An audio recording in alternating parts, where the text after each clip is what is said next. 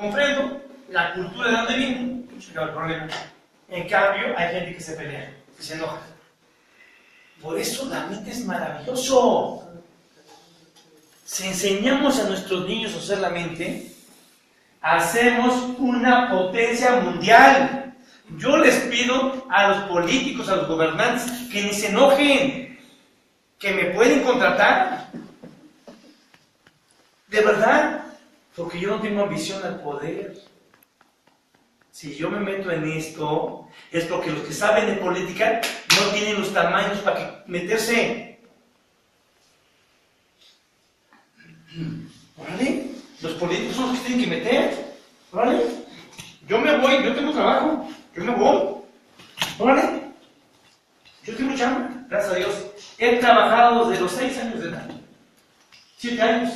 Y ponía a trabajar a veces a mis hermanas y a mis hermanos. Vamos, cambiemos la política. Hagamos ciencia política. Yo sería orgulloso que mi hija un día trabajara en dinero, en gobierno, pero sin que la acosaran. Y que subiera sin que la acosaran. Y que llegara al poder sin favores. Dignifiquemos al ser humano. El mundo se está acabando, señores. No nos hagamos tontos. Esto no es para mí ni para ti, es para todos. O sigamos igual. Y repito, yo quiero ir por ese 60% de la población que no vota y que dice que no le importa. ¿Sí? Pero estás en zona de confort. Y estás generando que todo siga igual. Porque imagínate si ese 60% de la gente, que aparte se cree que sabe mucho y que tiene todo, y no hace nada. ¿De qué nos sirve? ¿De qué te sería un hijo que tuviera tanta inteligencia, tanta sabiduría, y que a ti como padre te faltara el respeto? No digan, no se enganchen.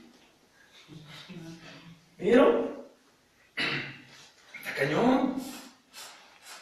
Yo trabajé un año en la cárcel de la Morena de Juárez y vi hijos que metieron a la cárcel a sus padres y padres que metieron a la cárcel a los hijos.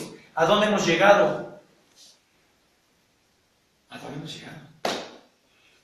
¿Vale la pena? ¿No vale la pena? Niños como este niño que tiene, ¿qué? ¿3 años? ¿4? ¿Cuántos años tienes?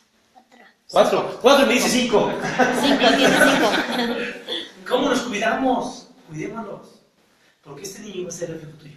Como dijo Lulú, no está. Dijo, el niño imita el modelo. Si papá golpea a mamá, el niño cuando crezca y se case, va a golpear a su esposa.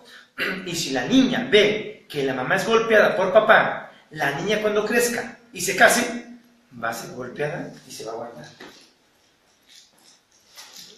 Señores, todos son modelos mentales. Y se puede reformatear todo. Les agradezco, creo que ya no hay preguntas. Les agradezco la charla y ojo, con el corazón les comparto solamente información. Y como alguien hizo la pregunta, no lo sabemos. Sí, la pregunta, ¿puedo? Están muy curiosos aquí, la gente está viendo por allá. ¿Qué haría? No. ¿Podría usted decir que apostaría toda la educación? Si es así, yo puedo salir todo por usted. Lo dije hace rato y lo vuelvo a decir. Sí, el 80% del recurso económico que se va a la educación. ¿Cómo le voy a meter dinero a la policía? ¿Al gobierno? A ver, violencia genera más violencia. Señores, pasó hace unos 2 o 3 años. En los pueblos llegaron gente de gobierno que parecía Robocop. Y se dieron cuenta que los ciudadanos no los aceptaron. A ver, la gente del pueblo, de provincia, apoya más a la gente del otro gobierno que a este gobierno oficial. A veces ya no sabemos en quién confiar. Claro que sí, y no es para que me apoye. Es porque es lógico. Educación es lógico. Es más, yo tuve la fortuna de 2 padres, mi madre y mi padre, que vendieron todo para que sus hijos estudiáramos, y aquí estoy yo. Solamente estoy devolviendo lo que otras personas hicieron conmigo. Dar todo, salirme de la zona de confort. ¿Por qué? Porque puedo estar bien cómodo en una casa, carro, negocio, todo cómodo. Pero, ¿cuántas personas seguimos la misión de vida?